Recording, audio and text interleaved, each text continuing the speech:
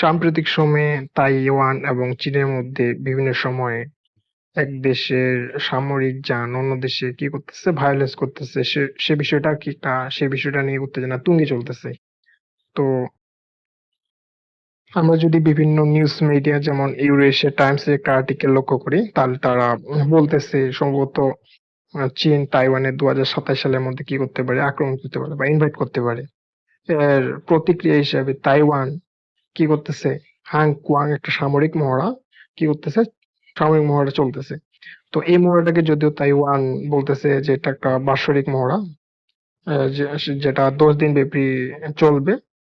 এই মহড়াটা যে আসলে যে তারা করতেছে এর কারণ হিসেবে এখানে বলা যায় যে চায়না যদি তাইওয়ানকে আক্রমণ করে থাকে, তাহলে তাইওয়ান কিভাবে তারা তার নিজের সার্বভৌমত্বকে রক্ষা করবে, সেই মহড়াটার প্রধান একটা কৌশল চলতেছে। তো আমরা আজকে আলোচনা করব চীন কেন তাইওয়ানকে আক্রমণ করতে পারে, এর যে হিস্টোরিক্যালি যে ব্যাখ্যাগুলো রয়েছে সেগুলো নিয়ে ডিটেলসে আলোচনা করব। আমরা যদি ওয়ার্ল্ড ম্যাপের দিকে লক্ষ্য করি তাহলে এই যে আমরা দেখতে পাচ্ছি ম্যাপের দিকে, এটা হচ্ছে পিপলস রিপাবলিক অফ চায়না। তার পূর্ব পাশে যে একটা ছোট্ট জায়গা রয়েছে সেটা হচ্ছে তাইওয়ান। তো আমরা যদি এখানে লক্ষ্য করি তাহলে চীনের সাথে কিন্তু তাইওয়ানের কি সরাসরি সংযোগ, মানে সংযোগ নেই। এ- এখানে সাগর দ্বারা কি উঠছে, এক অঞ্চল থেকে এক অঞ্চল কি হয়েছে, বিচ্যুত হয়েছে। এবং চীনের আমরা যদি পূর্ব দিকে লক্ষ্য করি তাহলে এই যে এখানে অঞ্চলটা দেখতে পাচ্ছে, এটা হচ্ছে দক্ষিণ কোরিয়া, আর অপর দিকে হচ্ছে উত্তর কোরিয়া। এবং তার অপর পাশে যে এই অঞ্চলটা রয়েছে সেটা হচ্ছে জাপান। তো দ্বিতীয় বিশ্বযুদ্ধের আগ পর্যন্ত চীন, তাইওয়ান এবং উত্তর কোরিয়া, দক্ষিণ কোরিয়া মূলত শাসন করছে কি জাপান। এই জাপানে কি করছে, চীনের যে বিশাল ভূখণ্ড তাইওয়ান এবং উত্তর কোরিয়া, এই অঞ্চলগুলোটাকে কি করছে, শাসন করছে। যখন দ্বিতীয় বিশ্বযুদ্ধে জাপান তথা জাপানের যে অ্যালাইস গুলো কি হয়, পরাজয় ঘটে, তখন স্বাভাবিকভাবেই জাপান চায়নার মধ্যে এর যে শাসন ক্ষমতা থাকবে না। তখন আহ চায়নায় মূলত কুওমিন্টাং এর একটা সরকার, যে young Kai-shek young Kai-shek young কাইশেকের দূত কুওমিন্টাং, তারাই কি করছে, এই চায়নাকে শাসন করছে। এর পাশাপাশি তারাও কি করছে, সে সময় তাইওয়ানকে শাসন করছে। তো যখন দ্বিতীয় বিশ্বযুদ্ধ শেষ হওয়ার পর কিছুদিন পরে এই চায়নার মধ্যে কি শুরু হয়, গৃহযুদ্ধ শুরু হয়ে যায়। তখন ইয়াং কাইশেকের নেতৃত্বে যে কুওমিন্টাং এর সরকার ছিল, তাদের সাথে মাও জেদং এর কমিউনিস্ট পার্টির মধ্যে একটা কি হয়, দ্বন্দ্ব শুরু হয়। সেই দ্বন্দ্বে বা সেই গৃহযুদ্ধে আহ ইয়াং কাইশেকের পরাজয় ঘটে। তখন ইয়াং কাইশেক এই চীনের যে মূল ভূখণ্ড বেজিং, এখান থেকে এরা কি করে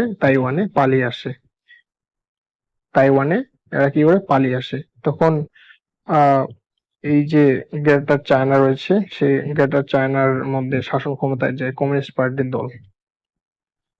তো তখন এখানে স্বাভাবিকভাবে প্রশ্ন আসে যে এই যে ইয়াং কাইশেকের যে দল কুওমিন্টাং যে তাইওয়ানে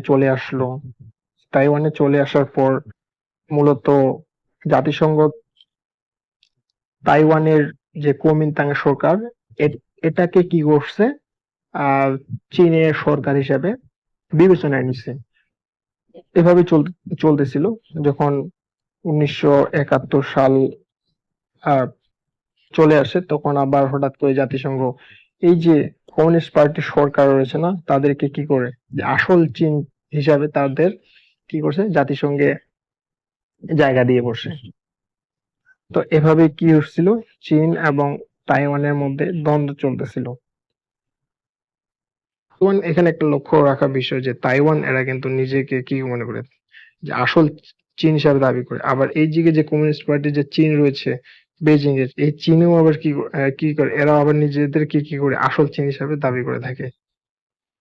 তো এই নিয়ে যখন দুই দেশের মধ্যে একটা দ্বন্দ্ব শুরু হয়, তখন এই চীন, মানে বড় চীন, যেটা আমরা পিপলস রিপাবলিক অফ চায়না, যেটা কমিউনিস্টের দল, তারা কি করে এই যে তাইওয়ানকে রয়েছে, এই তাইওয়ানকে বিভিন্ন হুমকি ধামকি দেয় যে তারা এই দেশ, এই যে তাইওয়ানকে আছে একদিন না একদিন কি করবে, আক্রমণ করে নিজেদের আয়ত্তে করে নেবে। তো এখানে কারণ আছে যে এই চীন কেন এই তাইওয়ানকে আক্রমণ করতে যাচ্ছে, কারণ তাইওয়ানের আমরা যদি জিডিপি দেখি তাহলে কিন্তু একটা হিউজ পরিমাণে, সিপিবি অনুসারে যদি 2025 সালের আমরা ডেটা দেখি তাহলে এই তাইওয়ানের যে জিডিপি হচ্ছে 1.6 ট্রিলিয়ন মার্কিন ডলার। এটা একটা হিউজ পরিমাণে। এবং এই যে তাইওয়ান রয়েছে, এই তাইওয়ান হচ্ছে গোটা বিশ্বের জন্য চিপস ইন্ডাস্ট্রি যে সেমিকন্ডাক্টর রয়েছে তার 35% কি করে, 35% এই তাইওয়ানে উৎপাদন হয়। তাহলে এই যে তাইওয়ান, এই তাইওয়ান একটা গোটা বিশ্বের জন্য কত গুরুত্বপূর্ণ একটা জায়গা, সেই জন্য এই চীন কি চায়, এই তাইওয়ানকে তার নিজের অধীনে নিতে চায়। আবার এর বিরোধিতা করতেছে কে, মার্কিন যুক্তরাষ্ট্র। কারণ তারা চায় না যে এই যে যে বড় চায়না রয়েছে তারা এই তাইওয়ানকে কি করে তাদের নিজের কৌশলে মানে যেন না নিতে পারে, তার বিভিন্ন কৌশল অবলম্বন করতেছে। তো এভাবে কি চীন এবং তাইওয়ানের মধ্যে যে দ্বন্দ্ব চলতেছে, তো আমার যেটা ধারণা যে জিওপলিটিক্যাল মানে রিজন অনুসারে যে এই যে বড় চীন, পিপলস রিপাবলিক অফ চায়না হয়তো তাদের এই তাইওয়ানকে একদিন না একদিন আক্রমণ করতেই হবে। কারণ রাশিয়া যেমন যেভাবে ইউক্রেনকে আক্রমণ করছে, আবার আমরা যদি ইসরায়েলের দিকে লক্ষ্য করি, ইসরায়েল গাজাকে আক্রমণ করছে, ঠিক একইভাবে এই চীনকে তার যে ভূ রাজনীতির একটা কৌশল হিসেবে এই তাইওয়ানকেই আক্রমণ করতে হবে। সেটা 2027 সালে হতে পারে, আবার 2030 সালে হতে পারে। আপনার কি মনে হয় যে এই যে শি জিনপিং এর যে কমিউনিস্ট পার্টি চীন রয়েছে, people republic of China, China সে তারা কি 2027 বা 28 সালের মধ্যে এই তাইওয়ানকে আক্রমণ করবে? আপনার আপনার এই মতামতটি আমার ইউটিউব চ্যানেলে জানাতে পারেন। ধন্যবাদ সকলকে।